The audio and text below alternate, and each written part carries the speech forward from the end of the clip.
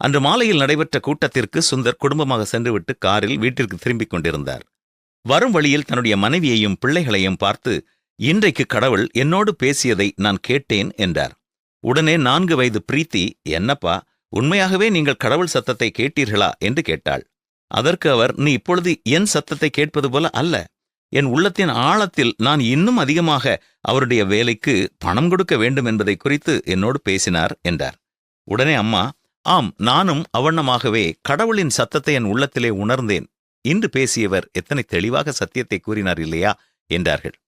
காரின் பின் சீட்டில் உட்கார்ந்திருந்த நவீனை பார்த்து, தம்பி, நீ இன்றைக்கு கடவுளுடைய சத்தத்தை கேட்டாயா என்று கேட்டார்.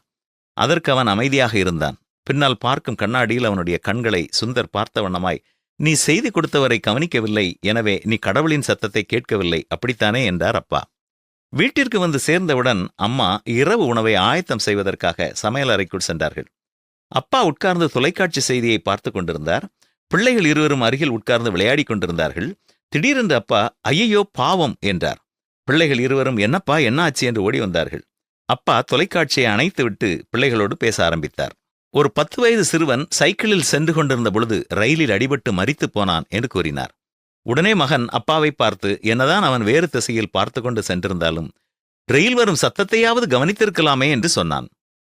அதற்கு அப்பா, நீ சொல்வது சரிதான், அவன் எந்த சத்தத்தையும் எதிர்பார்த்து செல்லவில்லை, ஏனென்றால் அவன் காதில் இயர்போன் மாட்டி பாடலை கேட்டுக்கொண்டு சென்றிருந்தான் என்றார்.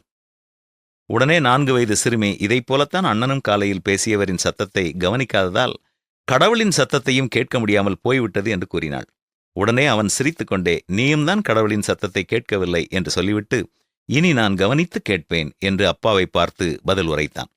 ஆம், நீங்கள் கடைசியாக எப்பொழுது கடவுளின் சத்தத்தை உங்கள் இருதயத்தில் கேட்டீர்கள்? அனுதினமும் கடவுள் நம்மோடு பேசுகிறார். நாம் அதை எதிர்பாராமல் இருப்பதால் அதை கேட்க முடியாமல் போய்விடுகிறது. இனியாவது ஒவ்வொரு நாளும் கர்த்தாவே சொல்லும், அடியேன் கேட்கிறேன் என்று அவருடைய சத்தத்தை கேட்க கவனமாக இருப்போமா?